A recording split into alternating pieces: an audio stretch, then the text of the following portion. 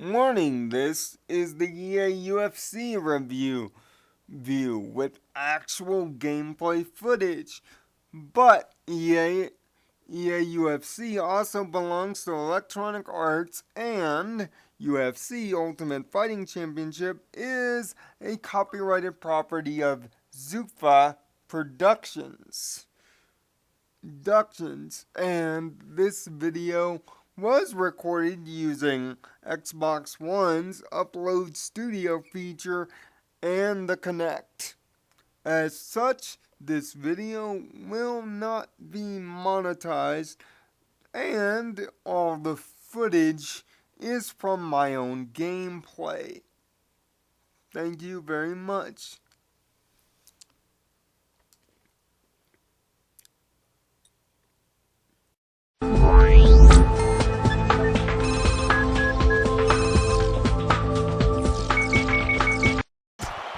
Welcome guys to the EA UFC review. I am of course Nirvana Sparkle. Now, EA UFC came out about a year ago, or about 6 months ago, back in March. Now, what you're seeing here is a basic fight. This is pretty much all the game is. Sure, the game has great commentary from Joe Tessitore and Joe Rogan, making commentary seem clean, but as you can see, the animations, everything else, are not part of the problem. This game suffers from being Fight Night Round 5 in the worst possible way. In the way that the controls are, in the way that the new submissions by tweaking the controls to the 4 right analog zones and tightening it up, which can be a next to impossible task, is supposed to create tap-outs. But seeing how difficult it is to get a player into position, plus executing actual submission itself, makes the function almost a null and void point. Plus, also, the stamina meter and body meter from Fight Night also make a return, which is overly a negative, and also something very bad from Fight Night also returns. The notion of this.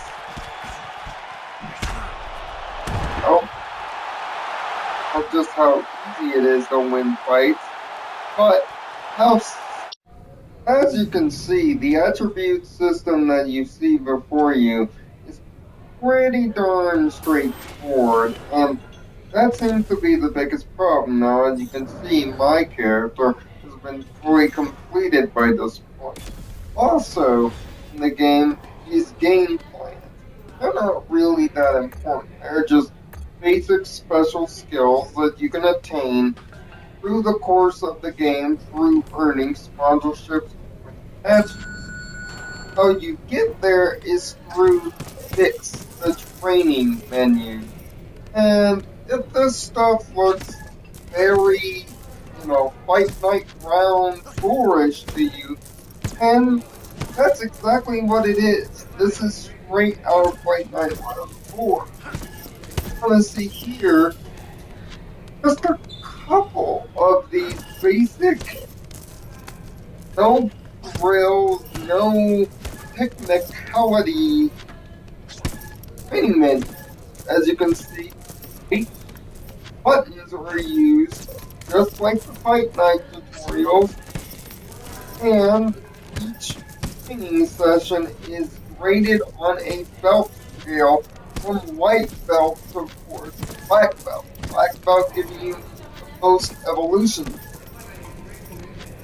How you level your character up in a basic meter type situation without strategic grade. That's the biggest problem. On top of this is the training menus never change, and the training activity is very straightforward and basic point A to point B. Most training sessions will be quick 2-minute options if the opportunity, and after allocating points, going straight into your next fight. Plus, through these training menus, the game can often show you the complexity of its somewhat difficult control scheme.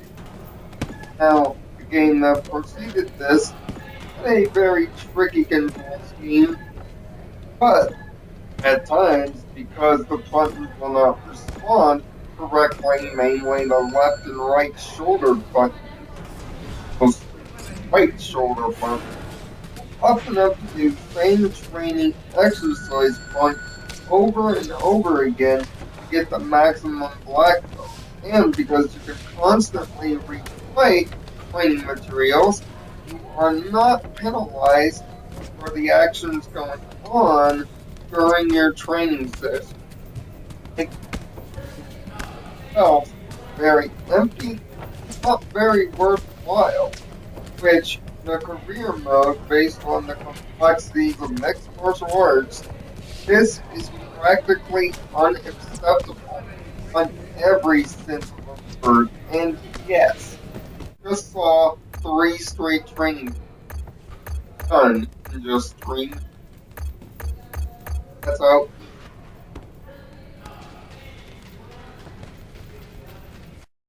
On top of the footage that you see right here before you, the game features a very lengthy career mode in which you create a fighter like I did and go through a UFC career, actually starting out on the Ultimate Fighter, which is an impressive touch if I do say so myself. Fighting through the tournament gets you into the UFC proper, where the game's repetition of training, fight begins. Yes, there are a ton of UFC fighters that will voice their congratulations, their concern, or even offer up some career perspective through video vignettes in the game. Of course, I can't show you those here.